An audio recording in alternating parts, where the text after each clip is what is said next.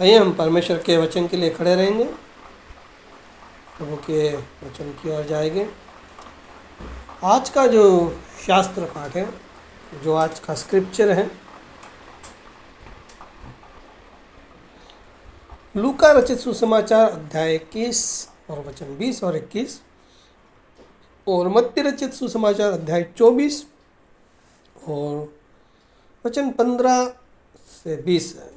तो मैं केवल उसमें से एक वचन को पढ़ता हूँ जो बहुत महत्वपूर्ण है।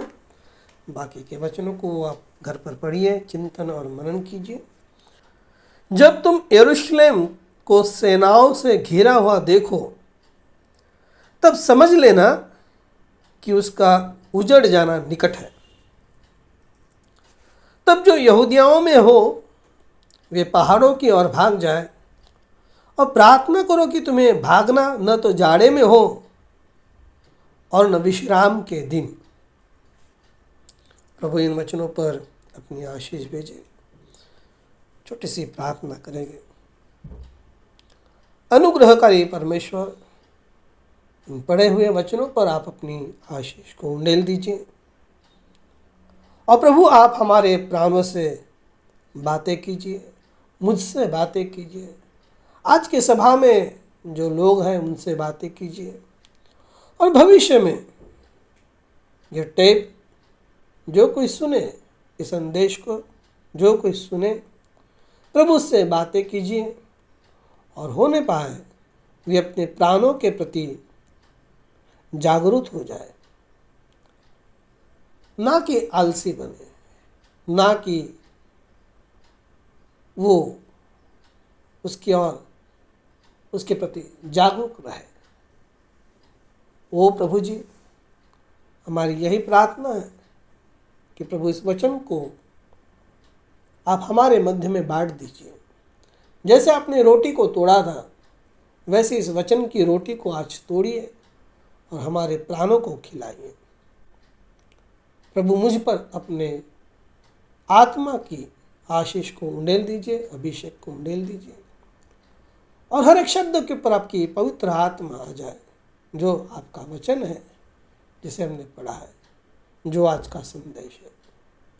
आप प्रभु हमारी सहायता कीजिए, मदद कीजिए, अनुग्रह को प्रदान कीजिए, हमारे शरीर को बल प्रदान कीजिए, हमें आपके लहू से ढक दीजिए, हमें शुद्ध कीजिए, हमारे पापों की क्षमा कीजिए, हमें पवित्र कीजिए, आपके वचन से ढकिए, आपके स्वर्गदूतों का पहरा हमारे चारों ओर बिठाइए और आपकी उपस्थिति से भरकर प्रभु आज की सभा हम जिए, आपके वचन को जिए, अपने जीवन को जिए, ऐसा होने पाए।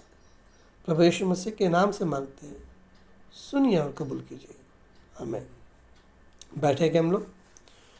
तो आज का ये जो शीर्षक है, इस संदेश का जो नाम है, ये नाम मैंने जो चुना है, जब यरूशलेम को घेर लिया जाएगा तो ये चेतावनी पहचानना है और ये निकलने की घड़ी है। ये संदेश का नाम है और प्रभु यीशु मसीह के नाम में आप सबको जय मसीह की। तो आज हम एक ऐसे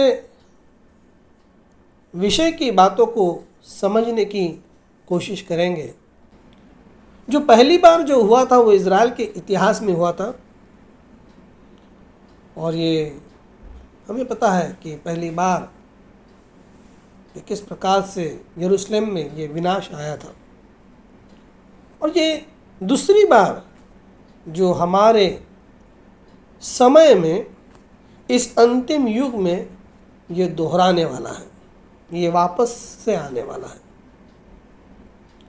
तो ये समय है कि हम प्रभु की उस चेतावनी को गंभीरता से लें जो उन्होंने न केवल यहूदियों के लिए परंतु हम सब विश्वासियों के लिए भी दी थी। तो जैसे कि हमने शास्त्र पाठ जो मैंने बताया, उसमें प्रभु यीशु मसीह की ये चेतावनी है जो लूका रचित सुसमाचार अध्याय 21 वचन 20 से 21 और मत्ती 24 और वचन 15 से 20 तक है। यहाँ पर लिखा है, जब तुम यरूशलेम को सेनाओं से घिरा हुआ देखो तब समझ लेना कि उसका उजड़ जाना निकट है। तब जो यहूदिया में हो वे पहाड़ों की ओर भाग जाए और प्रार्थना करो कि तुम्हें भागना न तो जाड़े में हो और न विश्राम के दिन। तो प्रभु यीशु ने यरूशलेम के विनाश के पहले ये चेतावनी दी थी, चेलों को, लोगों को दी थी। और ये एक प्रतिरूप एक है, एक प्रकार की छाया जो अंत समय के, और ये क्या करती है, संकेत करती है, दर्शाती है, हमारी ओर निर्देश देती है, हमें बताती है, हमारी ओर पॉइंट आउट करती है। और जैसे कि हमें पता है कि 70 ईस्वी सन में टाइटस की जो रोमी सेना ने यरूशलेम को घेर लिया, मंदिर को जला दिया और लाखों यहूदी मारे गए। परंतु आज भी एक आत्मिक कलीसिया घेरे जा रही है। शायद आपको पता नहीं होगा, लेकिन ये घेरा धीरे धीरे धीरे बढ़ते जा रहा है। और ये एक आत्मिक सच्ची कलीसिया है जो कि यीशु मसीह की सच्ची दुल्हन है। जैसे इस संसार से निकल के उसके पति के पास स्वर्गीय देश में उसके दुल्हन से मिलने मध्य आकाश में जाना है। तो ये जो चेतावनियां हैं वो उस दुल्हन के लिए है, बुद्धिमान कलीसिया के लिए, बुद्धिमान कुंवारी के लिए ये चेतावनी है। और वो उसी चेतावनी के ऊपर क्या करती है, ध्यान देती है, अमल करती है, उसे फॉलो करती है, उसे मैनिफेस्ट करती है, उसे जीती है। तो केवल प्रभु यीशु मसीह की ये भविष्यवाणी और ये बाइबल का वचन ही नहीं, तो परमेश्वर के वचन के साथ अधिक हमारे पास हमारे समय के लिए भेजे गए भाई भविष्यवक्ता भाई ब्रैनम के द्वारा प्रभु यीशु मसीह ने दी हुई भविष्यवाणियाँ हैं, जिसे प्रभु यीशु मसीह ने भविष्यवक्ता के ज़रिए हमारे समय के लिए, हमारे व्यक्तिगत जीवन के लिए, हमारे परिवार के लिए और कलीसिया के लिए दिए हैं, जो हमें फिर से एक बार उसी समय की याद दिलाती हैं जो 2000 साल पहले हुआ था। देखिए, इज़राइल की कलीसिया ने वचन को ठुकरा दिया था और कहा था इसका लहू हम पर और हमारे बच्चों पर। वचन को ठुकराने के द्वारा मनुष्य खुद को परमेश्वर के क्रोध का निशाना बनाता है, खुद को निशाना बनाता है, और वह एक श्राप और दंड के नीचे आता है। और हमें इससे बचना है। और इसीलिए परमेश्वर ने हमारे लिए इन सारी बाइबल की बातों को, वचनों को, दृष्टांतों को, प्रतीकों को, चिन्हों को और जो डार्क सेंटेंसेस है, यानी गहरे रहस्यमयी जो वचनों को, वचन जो है उसका हम पर खुलासा भविष्यवक्ता भाई ब्रैनम के द्वारा किया है। तो इस सप्ताह में जो कुछ घटित हुआ, कुछ अद्भुत घटनाएं जो घटी है, संसार के लिए वो कॉमन बातें हैं, लेकिन ये हमारे लिए अद्भुत और आश्चर्यचकित करने वाली हैं।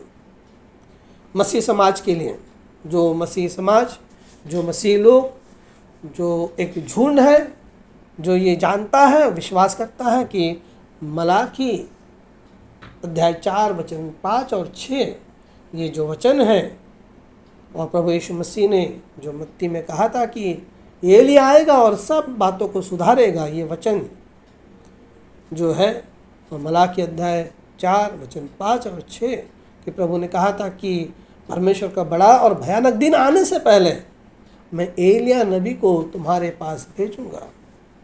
तो ये जो वचन है भाई भविष्यवक्ता भाई ब्रानम के जीवन के अंदर पूरा हुआ है, ये ऐसा जो एक झुंड है, जो हम हैं, हम वो हैं जो विश्वास करते हैं और उसके ज़रिए, भविष्यवक्ता के ज़रिए प्रभु ने हमें कुछ बातों को दिया है। और ये जो घटनाएं घटी है और उस घटना ने हमें सोचने के लिए और हमें एक निर्णय लेने के लिए बाध्य किया है, या हम जो बातें जो संदेश के अंदर देखने वाले हैं, वो बातें हमें एक डिसीजन पर लेकर के आएंगी, एक निर्णय पर लेकर के आएगी कि हमें क्या करना है और क्या नहीं करना है, हमें कहाँ खड़े रहना है। और अगर कोई इस बात पर ध्यान नहीं देता है और अपने विचारों के अनुसार, अपनी समझ के अनुसार अपने लिए या अपने परिवार के लिए गलत निर्णय लेता है या कदम उठाता है, गलत कदम उठाता है, जो परमेश्वर के वचन और पवित्र आत्मा की व्यवस्था के अनुसार नहीं है, तो उसे करने से पहले आपको लूत की पत्नी को नहीं भूलना चाहिए, जैसे कि मैंने थोड़ी देर पहले ही बताया। तो लूत की पत्नी सदोम और गमोरा के क्रोध को उसने चुन लिया, क्योंकि उसने उसे मुड़ करके देखा और आज्ञा थी उसे मुड़ करके नहीं देखना था, क्योंकि उसके रिश्तेदार वहाँ पर थे। उसका जो संसार था, उस संसार में उसका बहुत ध्यान था। उसके संसार के अंदर उसकी लड़कियाँ थी, उसके दामाद थे, नाते पोती हो गए। लेकिन परमेश्वर ने कहा था ये बाहर निकलने का समय है, और लूत ने कोशिश की, दूतों ने कोशिश की, और जब वो बाहर नहीं निकले, उन्होंने उन बातों को टाल दिया, अनसुना कर दिया, और एक प्रकार से दूतों को जल्दी वो कार्य करना था, क्योंकि समय कम था और दूत उनके प्राणों को बचाना चाहते थे। और प्रभु ने कहा था दूतों के द्वारा, उन्हें आज्ञा दी थी, उससे कहो मुड़ करके ना देखें। और बाइबल भी कहती है, प्रभु कहता है, जो एक बार अपने हाथ में हल ले करके पीछे मुड़ करके देखता है, वो मेरे लिए योग्य नहीं है। तो ये इसी प्रकार का है कि हमें लूत की पत्नी को नहीं भूलना चाहिए, और वो वहीं पर परमेश्वर के क्रोध का शिकार हो गई, उस श्राप का शिकार हो गई। हमें अपने प्राणों की ओर ध्यान देना है। प्रभु यीशु मसीह ने स्वयं हमें एक चेतावनी के स्वरूप में उस उदाहरण को हमारे सामने रखा है, एक उदाहरण के रूप में छोड़ रखा है, ताकि हम उससे सीख लें, समझें और वैसी गलती ना करें।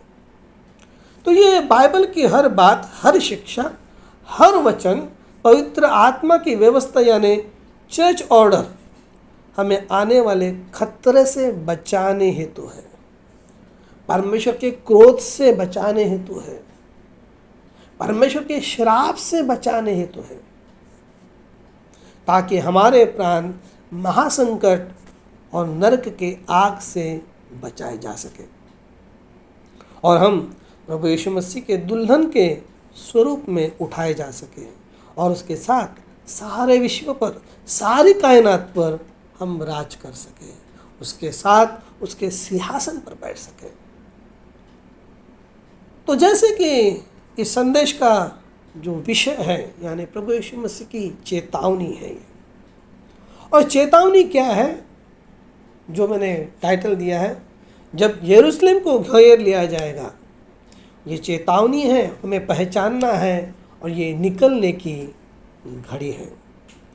तो जैसे कि मैंने कहा कि हमारे समय के लिए भी परमेश्वर ने बाइबल प्लस एक भविष्यवक्ता, हमारे समय में प्रभु ने भविष्यवक्ता के ज़रिए कुछ भविष्यवाणियों को भेजा है और हम उन भविष्यवाणियों को देखेंगे। और उसमें से एक भविष्यवाणी इस सप्ताह में पूरी हो गई। तो मैं भविष्यवक्ता के संदेश में से उस कथन को पढ़ता हूँ जो 1954 का है, act of the Holi spirit, और प्यारा नंबर है 87। I believe one of this glorious days when this united confederation of church goes together and the new pope is brought out of the United States and put over there according to prophecy, then they shall form an image like unto the beast.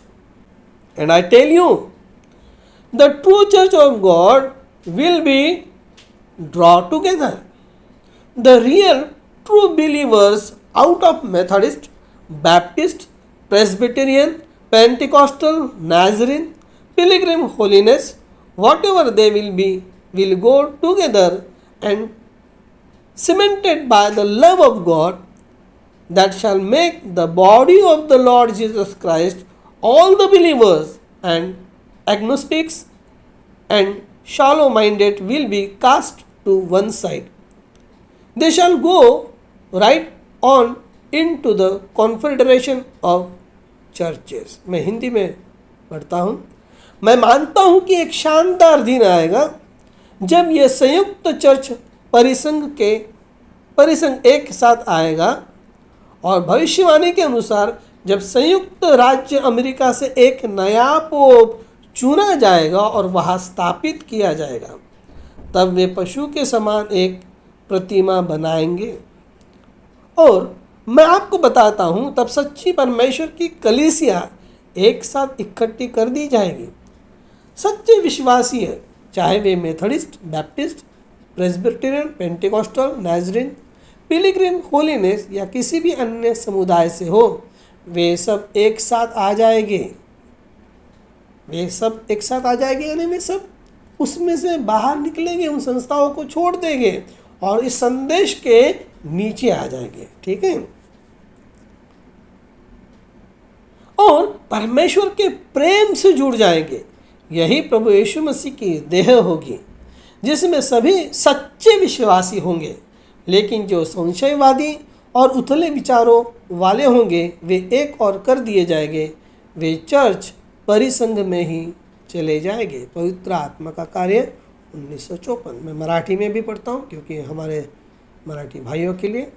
मी विश्वास ठेवतो की एक दिवस असा येईल जेव्हा ही एकत्रित church महासंघ एकत्र येईल आणि भविष्यवाणीप्रमाणे जेव्हा संयुक्त राज्य अमेरिकामधून एक नवीन पोप नेमला जाईल आणि तिथे स्थापना जाईल, तेव्हा ते पशुसारखी एक प्रतिमा निर्माण करतील। आणि मी तुम्हाला सांगतो, खरी देवाची मंडळी एकत्र येईल। खरे विश्वासी ते Methodist, Baptist, Presbyterian, Pentecostal, Nazarene, Pilgrim, Holiness किंवा कोणत्याही संप्रदायातील असो, ते सर्व एकत्र येतील आणि देवाच्या प्रेमाने बांधले जातील। ह्यामुळे प्रभू येशू ख्रिस्ताचे शरीर निर्माण होईल, जे सगळ्या खऱ्या विश्वासणाऱ्यांनी बनलेले असेल। पण संशयवादी आणि वरवरचे विचार करणारे लोक बाजूला टाकले जातील, ते चर्च महासंघात सामील होतील। जसं इथं लिहिलेलं आहे की Methodist, Baptist, Presbyterian, Pentecostal, Nazarene, Pilgrim, Holiness किंवा कोणत्याही संप्रदायातील असो, ते सर्व एकत्र येतील। म्हणजे ते सर्व बाहेर निघून एकत्र हा जो संदेश मी प्रचार करत आहे त्या संदेशाच्या खाली येतील। ठीक है, पवित्र आत्म्याचे कृत्य 1954 हा संदेश है। हमारे भविष्यवक्ता के द्वारा दी हुई भविष्यवाणी को प्रभु ने पूरा किया है हमारे समय में, क्योंकि अमेरिका से एक नए पोप की जो भविष्यवाणी की गई थी वो पूरी हो गई। और केवल ये एक नहीं है, बहुत सारी भविष्यवाणियों को प्रभु ने भविष्यवक्ता के द्वारा जो दी गई थी हमारे समय में, एक के ऊपर एक, एक के ऊपर एक, एक के ऊपर एक पूरी होती जा रही हैं। और मैं उन कुछ भविष्यवाणियों को पढ़ना चाहता हूँ, और ये सारी भविष्यवाणियाँ हमारे लिए इस बात के लिए चेतावनी है, इस बात के लिए एक इशारा है, ये हमको अलर्ट कर रहा है, ये चेतावनी दे रहा है। क्या चेतावनी दे रहा है? अपने समय के संदेश को पहचानो, इस समय को पहचानो, हम कौन से समय में हैं ये पहचानो, हम कैसे जीवन जी रहे हैं ये पहचानो। ये बाहर निकलने का समय है, ये चेतावनी है। तो भाई ब्रैनम के द्वारा 1933 में 7 भविष्यवाणियाँ की गई थी। मैं वो सारांश में बताऊंगा, मैं पूरी की पूरी नहीं पढ़ूंगा, लेकिन जिसे उन्होंने परमेश्वर से प्राप्त की थी एक दृष्टांत के रूप में, और उन्होंने इसे प्रस्तुत किया था एक दृष्टांत के रूप में। उन्होंने लोगों को बताया था कि किस प्रकार से प्रभु ने उन्हें 1933 में ये दृष्टांत दिया और ये भविष्यवाणियाँ दी। तो ये जो भविष्यवाणियाँ जो थी, विश्व के अंदर जो घटनाक्रम होने वाले थे, विश्व के अंदर जो घटित होने वाली थी, ये वो थी। और इनमें से कई आज भी लोगों के द्वारा क्या कर रहे हैं, उसके ऊपर चर्चा के ऊपर चर्चाएं हो रही हैं। और जो पहले थी वो उन्होंने एक भविष्यवाणी की थी फांसीवाद के बारे में, और जो मुसोलिनी है उसके अंत के बारे में, जो इटली का शासक था, और फांसीवाद के बारे में, फैसिज्म। तो भाई ब्रैनम ने कहा था कि मुसोलिनी इथियोपिया पर क्या करेगा, आक्रमण करेगा, और उसकी मृत्यु अपमानक जनक ढंग से होगी, इत्यादि इत्यादि। और ये सब बातें भविष्यवाणी शब्द दर शब्द पूरी हो गई, हर एक अक्षर के साथ वो पूरी हो गई। और फिर उन्होंने दूसरी भविष्यवाणी की थी हिटलर और नाजीवाद की हार। उन्होंने भविष्यवाणी की थी कि हिटलर और नाजी जो शासन है वो पूरी रीति से क्या हो जाएगा, समाप्त हो जाएगा, और इससे क्या होगा, एक प्रलयकारी युद्ध जन्म लेगा, और उसे कहते हैं वर्ल्ड वॉर 2, दूसरा जागतिक युद्ध, महायुद्ध। और वैसा हो गया, वैसा हो गया। हिटलर और नाजीवाद भी खत्म हो गया और दूसरा महायुद्ध भी लड़ा गया। फिर उन्होंने तीसरी भविष्यवाणी की जो 3 इज़म्स है, तो फांसीवाद, नाजीवाद और कम्युनिज्म। जी हाँ, जो ये 3 इज़म थे, ये तीनों मिलकर कम्युनिज्म बन गए, तीनों एक ही हो गए। और लेकिन क्या है कि अंत में वे ईसाई धर्म के, मसीह धर्म के विरुद्ध हो गए।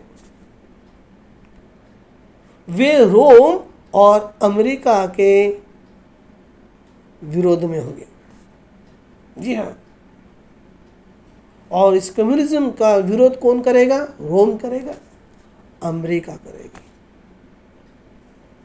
देखिए, और चौथी भविष्यवाणी की जो नैतिक पतन, जो स्त्रियों की आज की जो स्थिति है, भाई ब्रैनम ने कहा था कि अमेरिका में स्त्रियां पुरुषों के कपड़े पहनना शुरू करेगी, बाल काटेगी और नग्नता फैलाएगी, और ये समाज के नैतिक पतन का क्या था? संकेत होगा। आप उन भविष्यवाणी को सुन सकते हैं, आप उसे पढ़ सकते हैं। और ये जो नैतिक पतन है अमेरिका से पूरे संसार में हॉलीवुड के द्वारा, टेलीविज़न के द्वारा, इंटरनेट के द्वारा जा रहा है। जी है। फिर 5वीं भविष्यवाणी की थी विज्ञान के बारे में और जो कार है, स्वयं चलित जो कार है, कार जो एक अंडे के आकार के जैसी या बुलबुले के आकार की जैसी होगी और जो खुद चलेगी। जी हाँ। और उन्होंने बताया कि प्रभु ने उनको बताया कि आने वाले दिनों में स्वयं चलित कार होगी। और ये हमें पता है कि अमेरिका में बहुत सारी कार ऐसी बनी हुई हैं जो स्वयं चलित है, कोई ड्राइवर नहीं बैठता है उसके अंदर, सिर्फ जो कार का मालिक है वो बैठता है, वो अपने कार में बैठे बैठे अपने ऑफिस के काम करता है, जो भी काम करना है लैपटॉप के ऊपर, मोबाइल के ऊपर वो काम करता है, और वो कार उसे सही सलामत उसके ऑफिस में लेकर के जाती है। ऐसी कारें बनी हैं। फिर जो छठवीं भविष्यवाणी उन्होंने की थी, उन्होंने बताया था कि अमेरिका में या तो कोई महिला राष्ट्रपति होगी या कैथोलिक चर्च के माध्यम से, कैथोलिक चर्च, देखिए महिला का मतलब चर्च भी होता है बाइबल के अंदर, एक स्त्री कलीसिया को भी दर्शाते हैं। तो इसका मतलब चर्च का रोमन सिस्टम भी हो सकता है, रोमन कैथोलिक चर्च भी हो सकता है। और विशेष रूप से जब पोप का प्रभाव उनके ऊपर आएगा, तो भविष्यवाणी, ये छठवीं भविष्यवाणी है। और सातवीं जो भविष्यवाणी है परमाणु तबाही, परमाणु एटॉमिक बॉम्ब की और अमेरिका का अंत। तो भाई ब्रैनम ने जो भविष्यवाणी की कि अंत से समय में अमेरिका को एक महान विस्फोट यानी एटॉमिक डिस्ट्रक्शन से नष्ट किया जाएगा। ये प्रभु के न्याय का भाग होगा। और भविष्यवक्ता की बहुत सी भविष्यवाणियां एक के बाद एक पूर्ण होती जा रही हैं।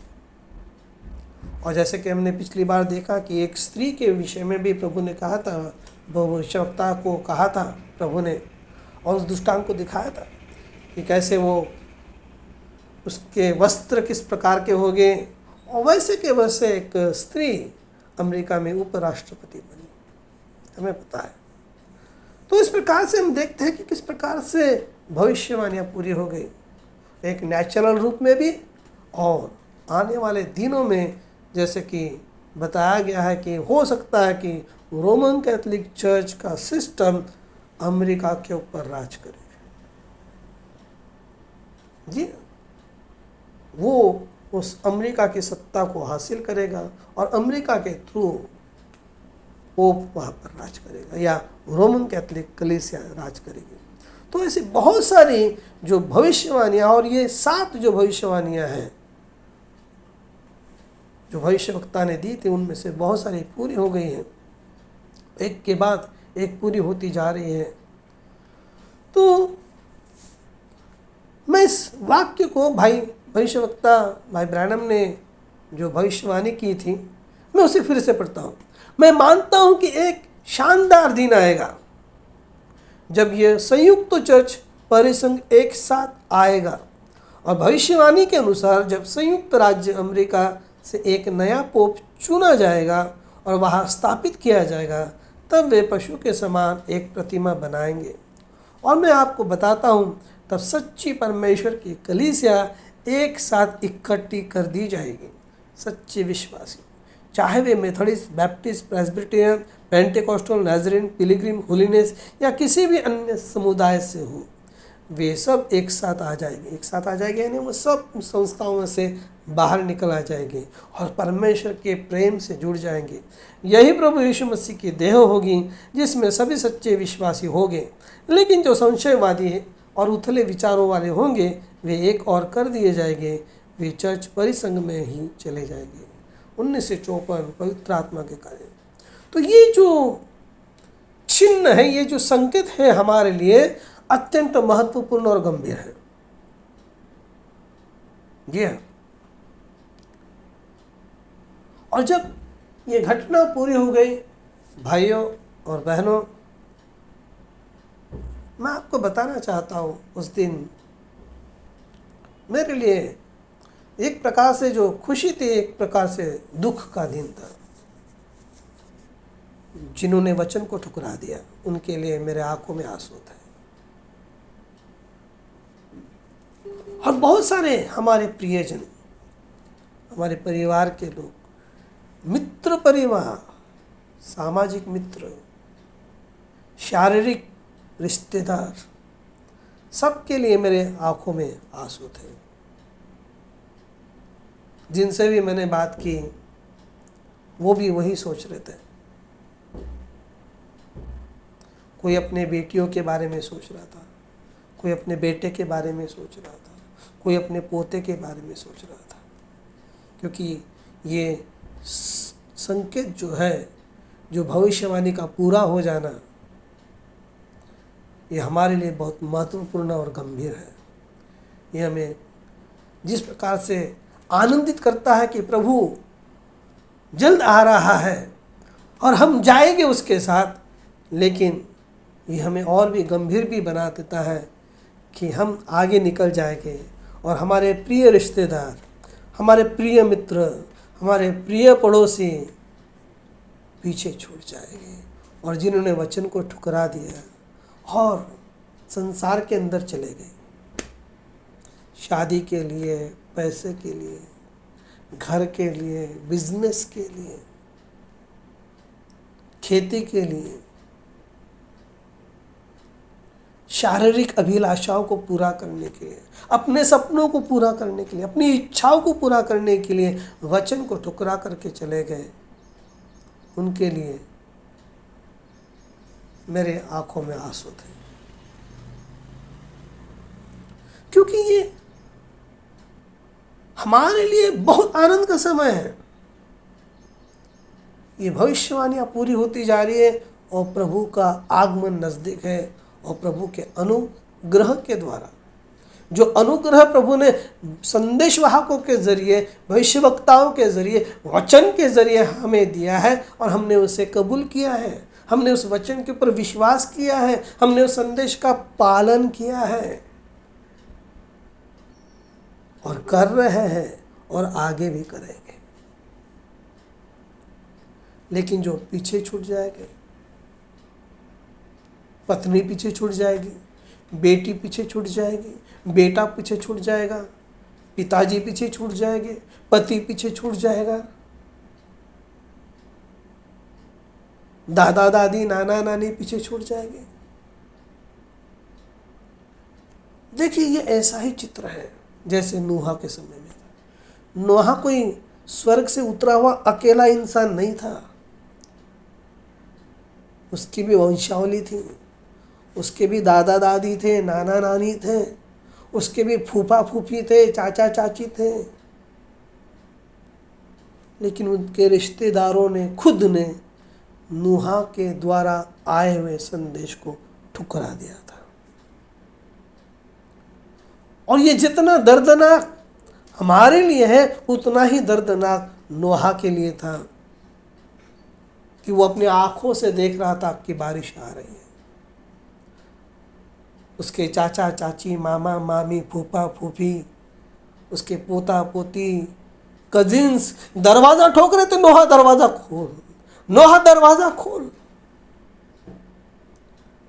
परमेश्वर ने दरवाज़ा बंद कर दिया था, नहीं खुलेगा, क्योंकि दरवाज़ा परमेश्वर ने बंद कर दिया था।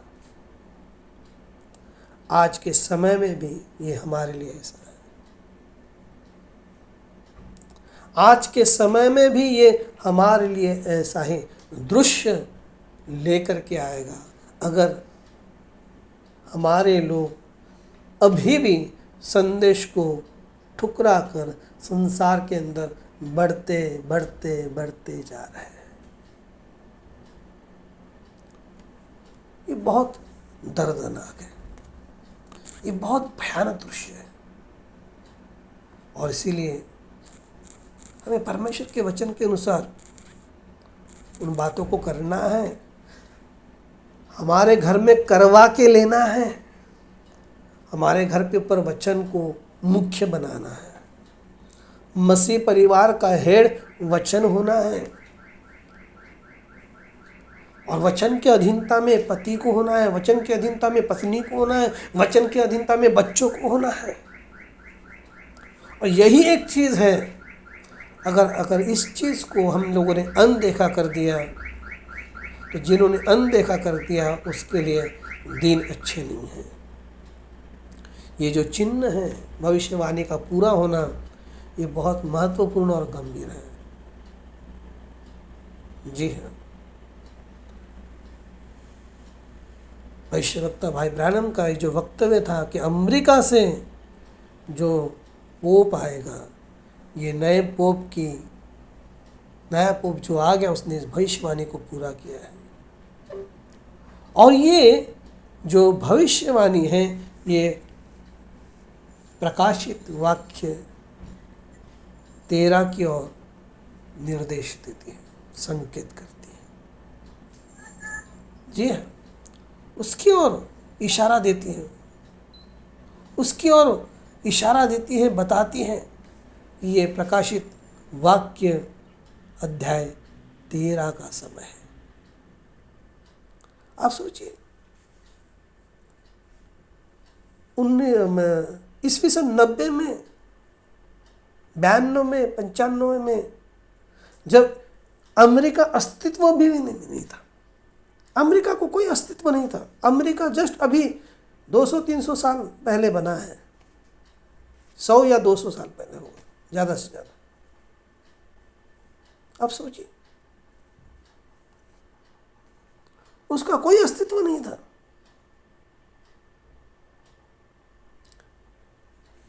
कम ज़्यादा हो सकता है, 200 या 300, कोई अस्तित्व नहीं था उसका। हमारा राष्ट्र बहुत पुराना राष्ट्र है, इजराइल राष्ट्र बहुत पुराना राष्ट्र है, लेकिन अमेरिका जस्ट अभी आया हुआ 100, 200, 300 साल पहले का एक राष्ट्र। लेकिन उसकी भविष्यवाणी प्रभु ने पहले की थी और प्रकाशित वाक्य अध्याय 13 के अंदर उसके विषय में दिया था। और जब अमेरिका की स्थापना हो गई तो अमेरिका के पास, जैसे भारत में अलग अलग स्टेट हैं, वैसे उसके स्टेट थे, और पहले स्टेट जो थे वो 13 थे। और अमेरिका के झंडा के ऊपर पहले वो 13 सितारे लगे हुए थे। और बराबर प्रकाशित वाक्य 13 के अंदर हम इस चीज़ को देखते हैं, और प्रभु ने वहाँ पर वो भविष्यवाणी की है। और ये क्या करता है, जो भविष्यवक्ता ने ये जो बातें बताई हैं, चर्च का ये संयुक्त संघ एक साथ आ जाएगा। धार्मिक संगठनों का एक महासंघ जो अंत के दिनों में एकजुट होगा, और इसे विश्व चर्च परिषद कहते हैं। जी, तो ये जो भविष्यवाणी है वो उसी को दर्शाती है। भविष्यवक्ता ने उसके अंदर लिखा है, बताया है। मैं उसी को अलग अलग बांट करके आपके सामने रख रहा हूँ। उसकी ओर वो संकेत कर रहा है, उसकी ओर निर्देश दे रहा है, उसकी ओर पॉइंट आउट कर रहा है। और भविष्यवाणी के अनुसार जो नया पोप है वो अमेरिका से आ गया है। इसका अर्थ यही है कि पोप का प्रभाव, जी हाँ, या उसकी राजनीति या धार्मिक शक्ति अमेरिका के माध्यम से संचालित होगी। तीसरा जो पॉइंट है वो जानवर की जैसे एक छवि बनाएगी, पशु की छवि बनाएगी, इमेज ऑफ द बीस्ट, प्रतिमा बनाएगी। जैसे कि प्रकाशित वाक्य 13 और वचन 14 में लिखा है, जो पृथ्वी पर रहते हैं उन्हें उस पशु की एक प्रतिमा बनाने के लिए कहेगा। और ये जो छवि है या इमेज है या जो प्रतिमा है, एक धार्मिक और पॉलिटिकल व्यवस्था होगी, हो सकती है, जो एक बार फिर से दोबारा राज्य और कलीसिया को एकत्रित करेगा, जिसे हम लोगों ने 7 कलीसिया काल में देखा है। और चौथी बात जो है, परमेश्वर का सच्ची जो कलीसिया है वो एक साथ लाई जाएगी, और यह दुल्हन है, सच्ची कलीसिया, प्योर, जिसके अंदर कोई दाग नहीं है, धब्बा नहीं है। जी, जिसके अंदर कोई दाग और धब्बा नहीं है, ये दुल्हन है। वो वचन है जो वचन के साथ एक साथ खड़े हैं। और आने वाले दिनों में अलग अलग संप्रदाय से भविष्यवक्ता की भविष्यवाणी है,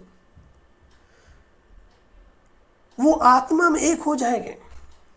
और मेथोडिस्ट, बैप्टिस्ट, प्रेस्बिटेरियन, पेंटिकोस्टल, नाज़रीन, पिलग्रिम, होलीनेस, वो सारे संस्थाओं को छोड़कर इस वचन के तले आ जाएंगे, इस संदेश के तले आ जाएंगे। और उनमें से जो सच्चा विश्वासी होगा वही दुल्हन में गिनी जाएगी। तो ये जो वक्तव्य है हमें इस बात की चेतावनी देती है कि धार्मिक संगठनों की जो एकजुटता है वो धार्मिक और राजनीतिक शक्ति को क्या देगी? जन्म देगी, जो कि पशु की प्रतिमा होगी। और अमेरिका इस प्रक्रिया में एक मुख्य भूमिका निभाएगा। और सच्चे विश्वासियों को इस प्रणाली से बाहर रहकर, उस सिस्टम से बाहर रहकर केवल मसीह और वचन पर स्थिर रहना है। भविष्यवक्ता भाई ब्रैनम ने अपने उपदेशों में पशु की मूरत और संयुक्त चर्च संघ के विषय में विस्तार से चेतावनी दी है। उन्होंने विशेष रूप से अमेरिका की भूमिका, पोप की शक्ति और धार्मिक संगठनों की एकजुटता के संदर्भ में भविष्यवाणियां की है, और जिसे हमने अभी जो पढ़ा है पवित्र आत्मा के कार्य उस संदेश के अंदर। एक दिन आएगा जब यह संयुक्त चर्च परिसंघ एक साथ आएगा, एक नया पोप अमेरिका से चुना जाएगा और पशु के समान प्रतिमा बनाई जाएगी। तब सच्चे विश्वासियों की कलीसिया एकत्र कर दी जाएगी। देखिए, सच्चे विश्वासियों को एक होने का समय है। वचन के नीचे, पवित्र आत्मा की अगुवाई के नीचे, यीशु मसीह के लहू के तले आने का ये समय है। ये चेतावनी है कि एक धार्मिक गठबंधन उठेगा जो संपूर्ण नामधारी मसीही जगत को क्या करेगा? संगठित करेगा। किसे? नामधारी मसीही जगत। और उसमें से बहुत सारे अंत समय के लोग भी उनके अंदर जाकर के शामिल हो गए, क्योंकि उनका मोटिव, उनका उद्देश्य वही था। और वो आज भी उसी प्रकार से चल रहे हैं। देखिए, ये जो गठबंधन है या उनका जो एक होना है, ये पशु की क्या है? प्रतिमा है। ये इमेज ऑफ द बिस्ट है। वो पशु की प्रतिमा को बनाएगा, जैसे कि प्रकाशित वाक्य 13 में लिखा है।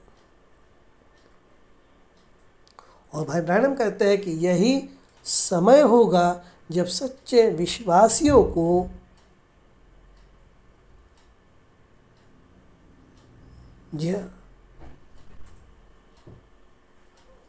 तैयार होना है। वो तैयार होगी, दुल्हन कलीसिया तैयार होगी।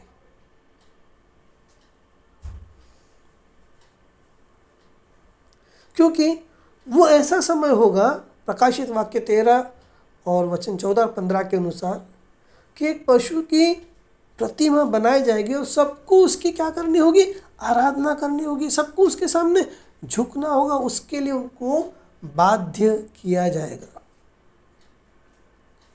देखिए, ये धार्मिक और राजनीतिक शक्ति का क्या होगा? गठबंधन होगा। यूनाइटेड चर्च फेडरेशन या वर्ल्ड काउंसिल ऑफ चर्चेस, इसकी शुरुआत का क्या है? ये रूप है। और एक दिन क्या होगा? सब धर्म से मान्यता देंगे। सब संसार के जितने भी धर्म हैं सब से मान्यता देंगे, और जो नहीं मानेंगे, जो नहीं मान्यता देंगे, वे सब सताए जाएंगे।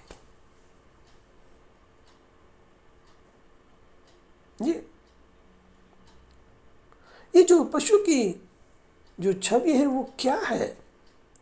भाई ब्रैनम के अनुसार पशु की जो प्रतिमा है या छवि है, उसका निर्माण तब होगा जब सारे विभिन्न प्रोटेस्टेंट संप्रदाय एकजुट होकर के धार्मिक महासंघ बनाएंगे जो कैथोलिक चर्च की प्रणाली की नकल करेगा। जी क्या करेगा? वो नकल करेगा, उससे उनके जैसे ही एक सिस्टम बनाएगा। जैसे कैथोलिक सिस्टम है, कैथोलिक चर्च की सिस्टम है, वो वैसे ही उसी के अनुसार उनके पद चिन्हों पर वो लोग चलेंगे।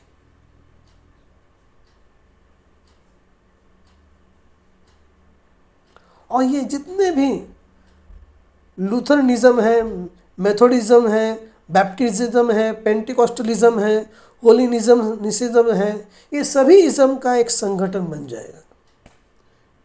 जैसे हमने देखा फांसीवाद है, और जो नाजीज़म है, फासिनिज्म है, नाजीनिज्म है, कम्युनिज्म है, सब मिल करके कम्युनिज्म बन गया।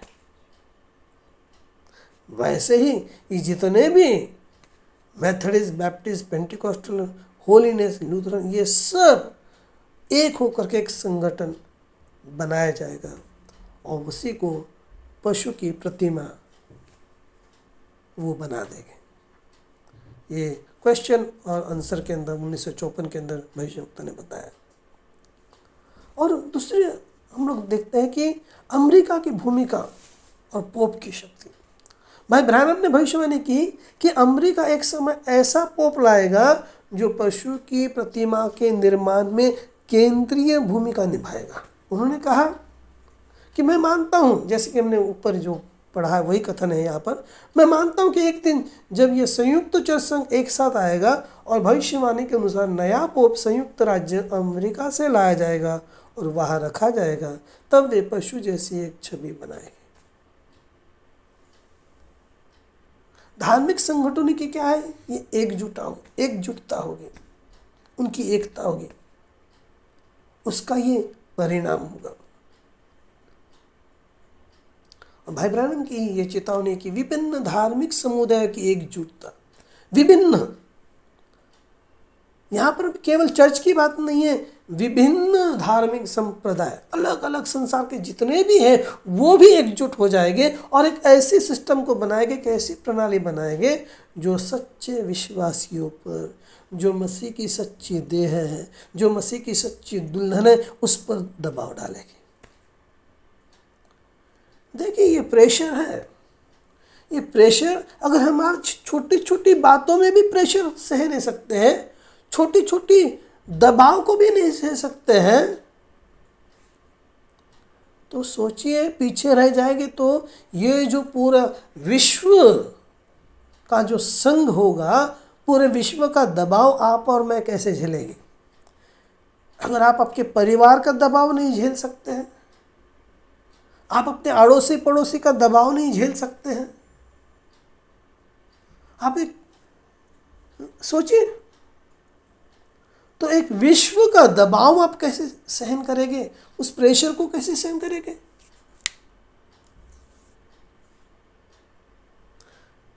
भविष्यवक्ता कहते हैं the mark of the best 1954 में, ये संयुक्त राज्य अमेरिका एक समय ऐसा आएगा जब चर्च और राज्य एक साथ मिल जाएंगे और प्रोटेस्टेंट और कैथोलिक मिलकर साम्यवाद से लड़ने के लिए एकजुट हो जाएंगे।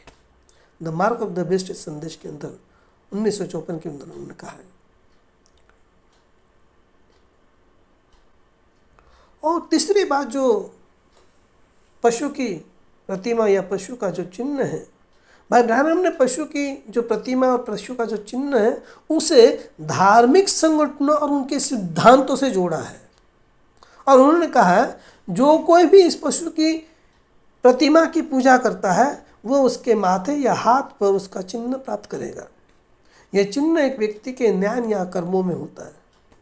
अगर आप उनके सिद्धांतों को कबूल कर लेते हैं, उनके नियमों को कबूल कर लेते हैं और उनके अनुसार काम करते हैं, तो आपने क्या कर लिया है?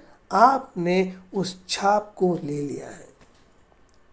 चौथी बात उन्होंने कहा है, सच्चे विश्वासियों के लिए चेतावनी दी है। प्रकाशित वाक्य अध्याय 18 वचन 4, बाहर निकल आओ मेरे लोगों। हे मेरे लोगों, उसमें से बाहर निकल आओ कि तुम उसके पापों में सहभागी न बनो और उसकी विपत्तियों में से कोई तुम्हें ना लगे। जो बात मैंने शुरुआत में कही थी, यही बात बाइबल प्रकाशित वाक्य अध्याय 18 और वचन 4 में बता रही है कि परमेश्वर की इच्छा नहीं है कि जो उसके चुने हुए जो लोग हैं, चुनी उसकी जो कलीसिया है, उसकी जो दुल्हन है, वो परमेश्वर के क्रोध और परमेश्वर के श्राप के भागी ना बने। और इसीलिए प्रकाशित वाक्य अध्याय 18 वचन 4 कहता है, बाहर निकल आओ मेरे लोगों, हे मेरे लोगों, उसमें से बाहर निकल आओ कि तुम उसके पापों में सहभागी ना बनो और उसकी विपत्तियों में से कोई तुम्हें ना लगे। जो पवित्र आत्मा के द्वारा जो व्यवस्था दी गई है या जो चर्च ऑर्डर है, उसके पीछे का मकसद यही है, किसी का दिल दुखाना नहीं है, आपके प्राणों को बचाना है, ताकि ये शाप आपके ऊपर या आपके बच्चों के ऊपर ना जाए। और आज भी एक बुलावा है, बाहर निकलो। जी हाँ, आज भी धर्म परंपरा, मृत विश्वास और दुनिया से जो समझौता किए हुए नामधारी मसीह कलीसिया की मंडली से बाहर निकलकर पवित्र आत्मा के अधीन वचन के साथ चलो। आज भी ये बुलावा है। और इसीलिए भविष्यवक्ता भाई ब्रानम को प्रभु ने भेजा था। भाई ब्रानम ने सच्चे विश्वासियों को चेतावनी दी कि वे इन संगठनों से दूर रहें, ऐसे लोगों से दूर रहें, ऐसी आत्माओं से दूर रहें और केवल परमेश्वर के वचन पर स्थिर रहें। उन्होंने कहा, परमेश्वर का सच्चा चर्च एक साथ लाया जाएगा। जी हम लोगों ने कथन पढ़ा पहले एकदम स्टार्टिंग में। सच्चे विश्वासी मेथोडिस्ट, बैप्टिस्ट, प्रेस्बिटेरियन, पेंटिकोस्टल, नाज़रीन, पिलग्रिम होलीनेस में से हो गए। वो उन संस्थाओं को छोड़कर, जो नाम पढ़े उसको छोड़कर इस संदेश के तले आ जाएंगे, इस सच्चाई के तले आ जाएंगे। पांचवी बात जो है, यरूशलेम से बाहर भागना। आत्मिक अर्थ में जैसे पहले यहूदी भागे थे, वैसे ही आज हमें भागना है। हमें इस संसार से बाहर निकलना है। सबसे पहले तो हमें एक नेचुरल वे से इस संसार में जीते हुए हमें इन बातों को करना है। जैसे कि प्रभु का वचन कहता है प्रकाशित वाक्य अध्याय 18 के अंदर, ये बाहर निकलना, किससे बाहर निकलना है? झूठी शिक्षा से बाहर निकलना है, मानवीय चाली रीतियों से बाहर निकलना है, जो मनुष्य की चाली रीतियाँ हैं, मनुष्य की बातें हैं, मनुष्य की संप्रदाय है, और संस्थाओं की गुलामी, संगठनों की गुलामी से, नामधारी मसीहों के संगति से बाहर निकलना है। यही है, इसी को कहते हैं भागना। भागो इनसे, दूर भागो, दूर रहो इनसे। बाइबल कहती है अशुद्धों को मत छू, जिनके ऊपर पहले से ही परमेश्वर का क्रोध है, जिनके ऊपर परमेश्वर की पीड़ाएं आने वाली है। क्योंकि बाइबल कहती है जिनका नाम जीवन की किताब में नहीं लिखा हुआ है, वे पशु की प्रतिमा को नमन करेंगे, यानी उसमें शामिल हो जाएंगे। नमन करेंगे यानी जैसा आप कहते हैं साहब, हम वैसा ही करेंगे। लेकिन प्रभु कहता है ये आज हमारे लिए समय दिया गया है, तो हमें इस समय रहते हुए हमें बाहर निकलना है, झूठी शिक्षा से बाहर निकलना है, मानवीय चाली जो रीतियाँ है उससे बाहर निकलना है, परंपरा है, मराठी में कहते हैं चाली रीति, परंपरा है, रीतियाँ है, उसमें से, संगठनों की गुलामी से। संगठनों ने लोगों को गुलाम करके रखा है। नामधारी मसीह कलीसियाओं में से ऐसे लोगों से बाहर निकलना है। और छठवीं बात जो है कि परमेश्वर की दुल्हन की पहचान। प्रकाशित वाक्य अध्याय 19 और वचन 7 कहता है वो तैयार हो गई है और उसे चमकदार और शुद्ध मलमल पहनने को दिया गया। वो दुल्हन कौन है? जो वचन में दृढ़ है, उसने निर्णय लिया है, किसी को अच्छा लगे या बुरा लगे, मुझे उससे कोई लेना देना नहीं है। मैं तो अपने दूल्हे को, जो मेरा यीशु राजा है, जो मेरा प्रभु है, उसे खुश करूंगी। जो वचन में दृढ़ है, न केवल सुनने वाली पर करने वाली, वचन के अनुसार करने वाली, वचन के अनुसार चलने वाली, जिसके अंदर पवित्र आत्मा बसा है, जो संगठनों से बाहर निकल चुकी है, झूठी शिक्षा से बाहर निकल चुकी है, झूठे विचारों से बाहर निकल चुकी है, झूठे तर्कों से बाहर निकल चुकी है। हम भी जीते समय कुछ तर्क करते हैं। ये तर्क यानी परमेश्वर के वचन नहीं। जो तर्क आपको परमेश्वर के वचन के विरुद्ध चलने के लिए उकसाते, वो परमेश्वर की ओर से है ही नहीं, वो वचन से है ही नहीं। आप ऐसा बता सकते हैं, वैसा बता सकते हैं, आप मुझे ये बता सकते हैं, मुझे वो बता सकते हैं, लेकिन आप परमेश्वर को कैसे फंसा सकते हैं? क्या परमेश्वर को आप बोलने से पहले ही आपके विचार पता नहीं है? क्या परमेश्वर को आपका हृदय पता नहीं है? हमने इसके ऊपर भी देखा है।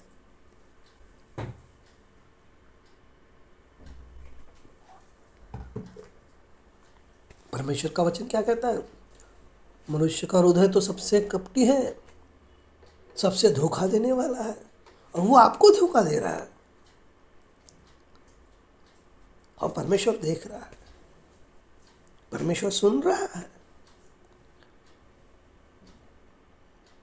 जी, तो परमेश्वर की जो दुल्हन है, वो सोच में भी केवल परमेश्वर के बारे में सोचती, वो सोच में भी केवल रैप्चर के बारे में सोचती। जैसे कि हमारी बहन सिस्टर जॉर्ज ने को स्वप्न जो गिरा था, और उसका जो रिश्तेदार था जो गुजर गया था, वो उसे लेने आया था। उसने कहा नहीं नहीं, मुझे नहीं आना है, मुझे सशरीर रैप्चर में जाना है, सशरीर, शरीर के रूपांतर के साथ। ये उसकी इच्छा है। स्वप्न में भी उसने उस बात को नकार दिया, नहीं, मुझे सशरीर जाना है। देखिए, दुल्हन वचन है, उसे वचन के अनुसार ही जीना है, और वो वचन के अनुसार ही जिएगी, क्योंकि उसे पता है दुल्हा वचन है तो मैं भी वचन ही हूँ। वो अपने आप को वचन के विरुद्ध चला नहीं सकती है, वो खुद चलेगी भी नहीं। और दूसरी बात, दुल्हन के लिए रैप्चर गुप्त है, और वो 7वीं मोहर के नीचे है। और भाई ब्रायनम ने बताया 7वीं मोहर दुल्हन के लिए है, यह प्रभु का आगमन है। क्या है 7वीं मोहर? क्या है? प्रभु का आगमन है। बहुत सारे लोग 7वीं मोहर के बारे में, 7 गर्जन के बारे में, प्रोफेट कहते हैं 7वीं मोहर और 7 गर्जन एक ही है। 7वीं मोहर, 7 मोहरें नहीं, 7वीं मोहर और 7 गर्जन एक ही है। और 7 गर्जनों के अंदर क्या है? 7 गर्जनों ने अपने अंदर प्रभु के आगमन को समेटे हुआ है। तो ये प्रभु का आगमन है, और भाई भविष्यवक्ता वहाँ पर वो बताना चाहते हैं। और प्रभु का आगमन एक घटना है, एक इवेंट है, प्रभु का दूसरा आगमन। देखिए, पर यह गुप्त है। और भविष्यवक्ता ये कहते हैं, मैं अपने इस वक्तव्य के ऊपर, मैं न्याय के दिन भी इसी पर खड़ा रहूँगा। तो बहुत सारे जो लोग इसका अर्थ ये, उसका अर्थ वो जो बताते हैं, भाइयों बहनों जो मेरी आवाज़ को सुन रहे हैं, मैं कहूँगा आप वापस जाए और भविष्यवक्ता के संदेश को, जो 7वीं मोहर उन्होंने प्रचारा है, उसे फिर से सुने, और जो वहाँ पर कहा है आप उसके ऊपर खड़े रहे जैसे कि वैसे। क्योंकि प्रोफेट ने कहा है ये उस दिन रैप्चर के थोड़े दिन पहले खोला जाएगा। और ये टोटल सीक्रेट है, टोटल सीक्रेट है, टोटल सीक्रेट। लेकिन आज हम देखते हैं 7 गर्जन के बारे में, 7वीं मोहर के बारे में धड़ल्ले से लोग प्रचार कर रहे हैं। और कोई बोलता है ए है, कोई बोलता है बी है, कोई बोलता है सी है, कोई बोलता है डी है, कोई बोलता है ई है, कोई बोलता है एफ है। मैं जानबूझकर ये अल्फाबेट को यूज़ कर रहा हूँ। वो कुछ भी नहीं है,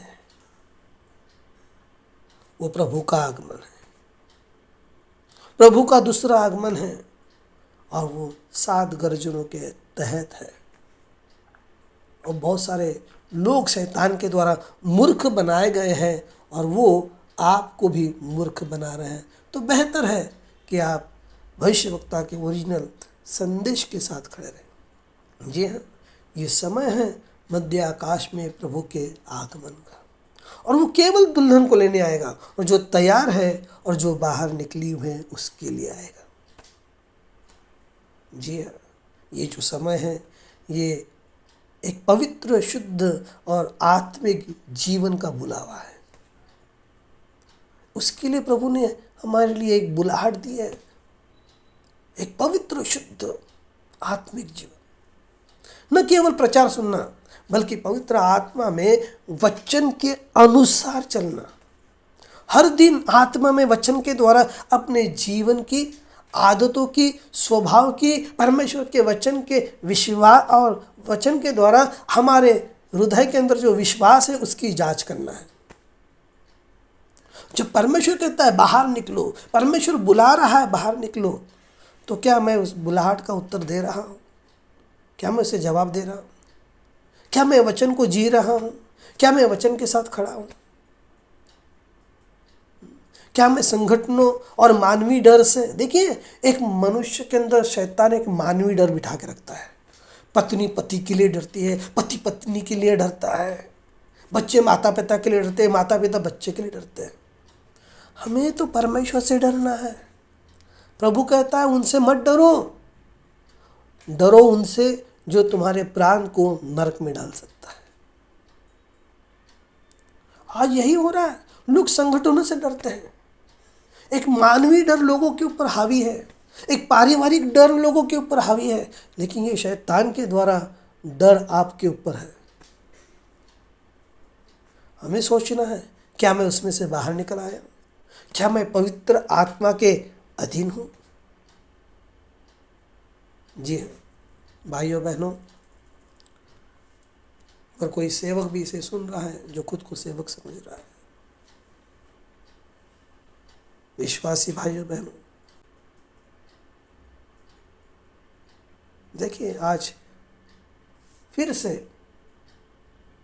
इस आध्यात्मिक जगत में एक घेरा बनते जा रहा है आत्मिक रूप से, और सांसारिक रूप में भी वो होते जा रहा है। धार्मिक व्यवस्था, जी हाँ सिस्टम, लेकिन प्रभु कहता है बाहर निकलो, और जो दुल्हन है वो बाहर निकल आएगी।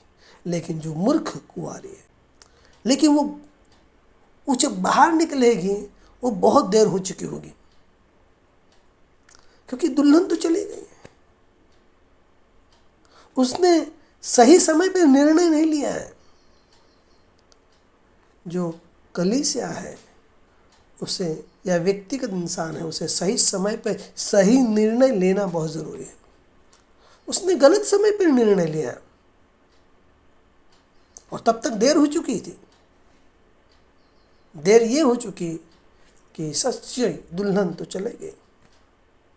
प्रभु तो आकर के उसे मध्य आकाश में से लेकर के गया और ये पीछे रह गए। आज निर्णय का समय है, कल नहीं, अभी। जब सेनाएं घेर लेगी तब देर हो जाएगी। जब ये परिषद के अंदर प्राण फूका जाएगा, उसे ताकत दी जाएगी, तब देर हो जाएगी। तब आप जिस जॉब के लिए, जिस घर के लिए, जिस पति के लिए, जिस पत्नी के लिए, जिस बच्चों के लिए कुछ करने के लिए प्रभु की इन बातों को आपने ठुकरा दिया, आपके लिए वो महासंकट की घड़ी होगी। और वो ऐसा समय होगा कि वहाँ पर आपके विश्वास को प्रभु यीशु मसीह के लिए अपने प्राण दे करके अपनी गवाही देनी होगी। ये बहुत खतरनाक चीज़ होगी। आप सोचिए पहले रोम में कैसे होता था, कैसे सताव किया जाता था, उससे भयानक इन दिनों में होगा, क्योंकि ये आधुनिक युग है और ये आधुनिक रोम होगा। वो चारों घोड़सवार इसके अंदर हो गए। तो बेहतर है हम प्रभु की आवाज़ को सुने, बुलाहट को सुने, प्रभु यीशु मसीह की चेतावनी को सुने। देखिए ये सारी भविष्यवाणियाँ जिनको मैंने पढ़ के बताया आपको, उसमें से बहुत सारी पूरी हो चुकी हैं। हमें ये नहीं देखते बैठना है कि और कौन सी भविष्यवाणी बाकी है, नहीं। हमें ये देखना है क्या मेरे बाल वचन के अनुसार है, क्या मैंने अपना हृदय प्रभु को दिया है, क्या मेरे वस्त्र वचन के अनुसार है, क्या मेरा जीवन वचन के अनुसार है, मेरा स्वभाव, मेरी आदतें बदली हैं या नहीं। बहुत ज़रूरी है। मैं बड़ी गंभीरता के साथ इस संदेश को आपके पास लेकर के आया हूँ।